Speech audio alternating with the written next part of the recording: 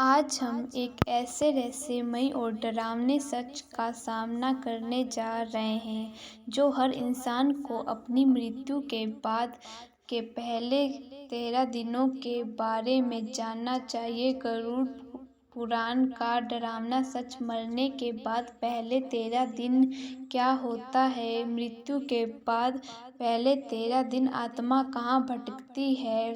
श्राद्ध क्यों जरूरी है? क्या आपने कभी सोचा है कि मृत्यु के बाद हमारी आत्मा का क्या होता है? क्या वह स्वर्ग नरक की यात्रा शुरू करती है या फिर कहीं और भटकती रहती है? अगर ये सवाल आपके मन में भी उठते हैं तो इस वीडियो को अंत तक जरूर देखें, क्योंकि आज हम गरुड़ पुराण के आधार पर बताएंगे कि मृत्यु के बाद पहले 13 दिन आत्मा के साथ क्या क्या होता है, प्रेत लोक की यात्रा कैसी होती है, पिंडदान का क्या महत्व है और कुछ वास्तविक कहानियाँ जो आपको सोचने पर मजबूर कर देगी। तो चलिए बिना देर किए शुरू करते हैं।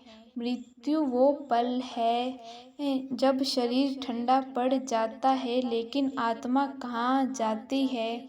क्या वह सचमुच प्रेतलोक में भटकती है? अगले 13 दिन आत्मा के लिए क्यों है इतने खतरनाक? अगर आप भी जानना चाहते हैं कि मृत्यु के बाद का रहस्य क्या है, तो ये वीडियो आपके लिए है। दोस्तों, गरुड़ पुराण के अनुसार जब कोई व्यक्ति मरता है तो उसकी आत्मा तुरंत शरीर छोड़ देती है। लेकिन क्या आप जानते हैं, आत्मा सीधे स्वर्ग या नरक नहीं जाती, बल्कि वो एक ऐसी रहस्यमयी दुनिया में प्रवेश करती है जिसे प्रेतलोक कहा जाता है। प्रेतलोक ना तो स्वर्ग है ना तो नरक है। ये एक ऐसी जगह है जहाँ आत्मा अपने कर्मों के आधार पर कुछ समय के लिए रुकती है। गरुड़ पुराण कहता है कि मृत्यु के बाद पहले 13 दिन आत्मा के लिए सबसे महत्वपूर्ण और खतरनाक होते हैं। क्योंकि इन 13 दिनों में आत्मा को अपने पिछले जीवन के कर्मों का हिसाब देना पड़ता है।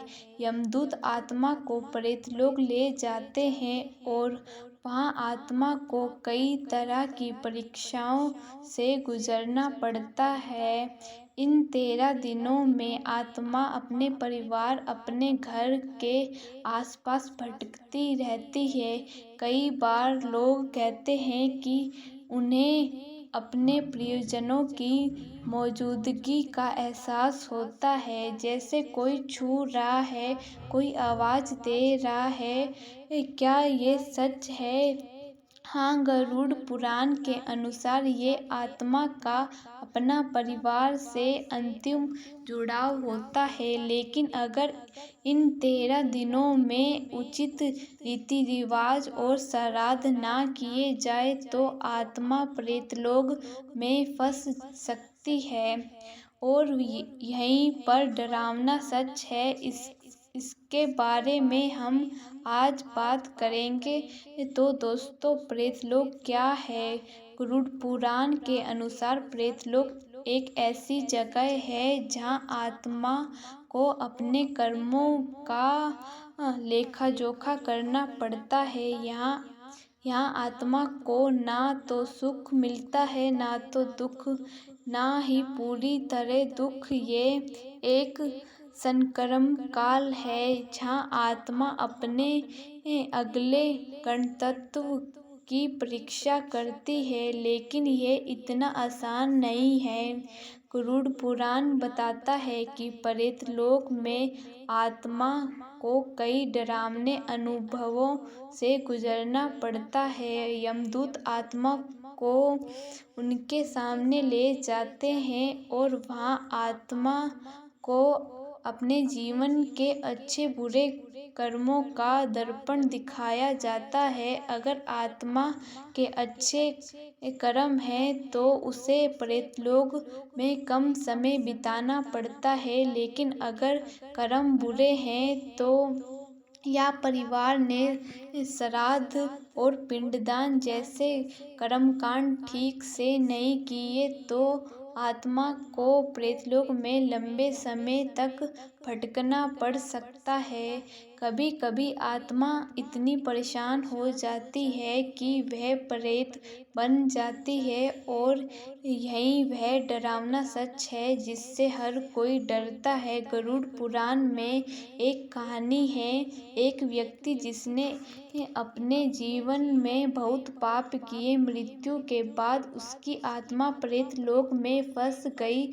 उसका परिवार श्राद्ध करना भूल गया और उसकी आत्मा अपने ही घर के आसपास भटकती रही। रात में घरवाले अजीब अजीब आवाजें सुनते थे और अंत में एक पंडित की मदद से श्राद्ध करके उस आत्मा को मुक्ति दिलाई गई। क्या आपने भी कभी ऐसी घटना सुनी है? कमेंट में ज़रूर बताएं दोस्तों। अब बात करते हैं पिंडदान की। आपने सुना होगा कि मृत्यु के बाद 13वें दिन पिंडदान करना जरूरी होता है, लेकिन क्या आप जानते हैं इसका वैज्ञानिक और आध्यात्मिक आध्यात्मिक महत्व? गरुड़ पुराण के अनुसार पिंडदान आत्मा को प्रेत लोक से मुक्ति दिलाने का एकमात्र तरीका है। पिंडदान में चावल और तिल से बने पिंड को जल में प्रवाहित किया जाता है, जो आत्मा को तृप्त करता है। ये पिंड आत्मा को ऊर्जा देता है ताकि वह अपनी अगली यात्रा शुरू कर सके। गरुड़ पुराण कहता है कि अगर पिंडदान सही तरीके से ना किया जाए तो आत्मा भूखी प्यासी रहती है और प्रेतलोक में भटकती रहती है। वैज्ञानिक महत्व? क्या आपने सोचा है कि पिंडदान का वैज्ञानिक आधार क्या हो सकता है?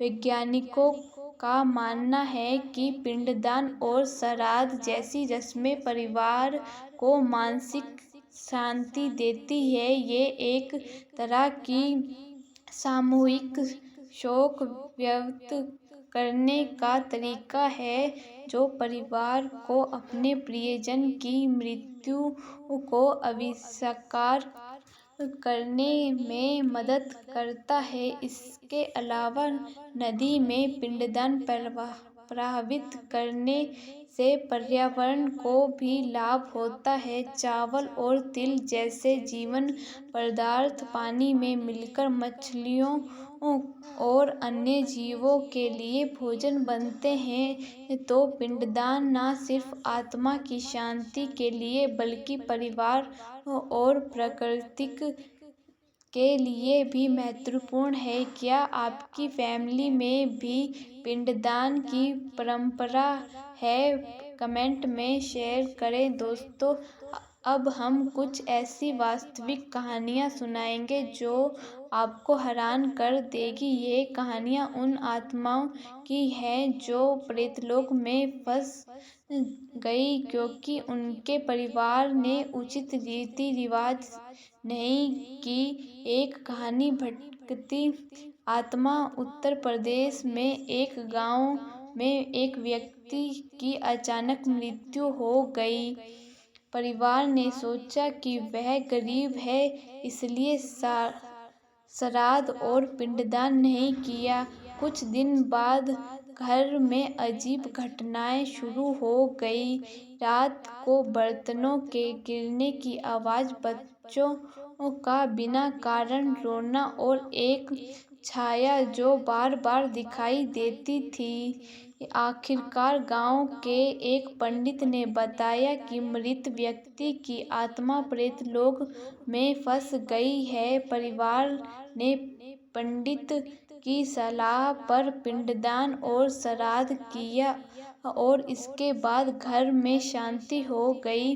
दूसरी कहानी अधूरी इच्छा। दिल्ली में एक महिला की मृत्यु के बाद उनके बेटे ने सोचा कि यह सब पुरानी बातें हैं और श्राद्ध करने की जरूरत नहीं। लेकिन कुछ महीनों बाद बेटे को सपने में अपनी माँ बार बार दिखाई देने लगी। वह कहती थी, मुझे भूख लगी है। बेटे ने एक ज्योतिषी से संकल्प किया, जिन्होंने बताया कि माँ की आत्मा को पिंडदान की जरूरत है। जब बेटे ने पिंडदान किया तो सपने आना बंद हो गए। यह कहानियाँ हमें सिखाती है कि श्राद्ध और पिंडदान कितने महत्वपूर्ण है। अगर आप भी ऐसी किसी घटना के बारे में जानते हैं तो कमेंट में ज़रूर बताएं। दोस्तों, अब सवाल है ये कि श्राद्ध और पिंडदान सही तरीके से कैसे किया जाए। गरुड़ पुराण के अनुसार ये कुछ जरूरी बातें हैं। सही समय श्राद्ध पितृ पक्ष में या मृत्यु के 13वें दिन करना चाहिए। सही सामग्री चावल, जौ, तिल और दूध से बने पिंड का उपयोग करें। सही स्थान नदी किनारे या पवित्र स्थान पर पिंडदान करें।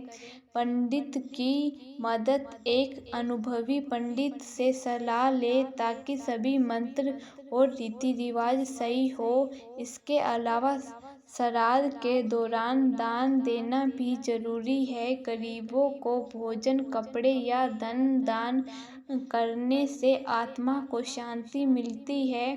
तो अगली बार जब आप श्राद्ध करें, इन बातों का ध्यान रखें। दोस्तों, मृत्यु एक सत्य है और गरुड़ पुराण हमें सिखाता है कि हमें अपने परिजनों की आत्मा की शांति के लिए क्या करना चाहिए। पिंडदान और श्राद्ध न सिर्फ आत्मा को मुक्ति देते हैं बल्कि परिवार को भी मानसिक शांति देते हैं। तो क्या आप इस बात से सहमत हैं? क्या आपने कभी ऐसी घटना का अनुभव किया है जहां श्राद्ध न करने से आत्मा भटकती रही? कमेंट में अपनी कहानी शेयर करें। अगर आपको ये वीडियो पसंद आया तो लाइक करें, शेयर करें और हमारे चैनल को सब्सक्राइब करें। घंटी का बटन दबाना ना भूलें।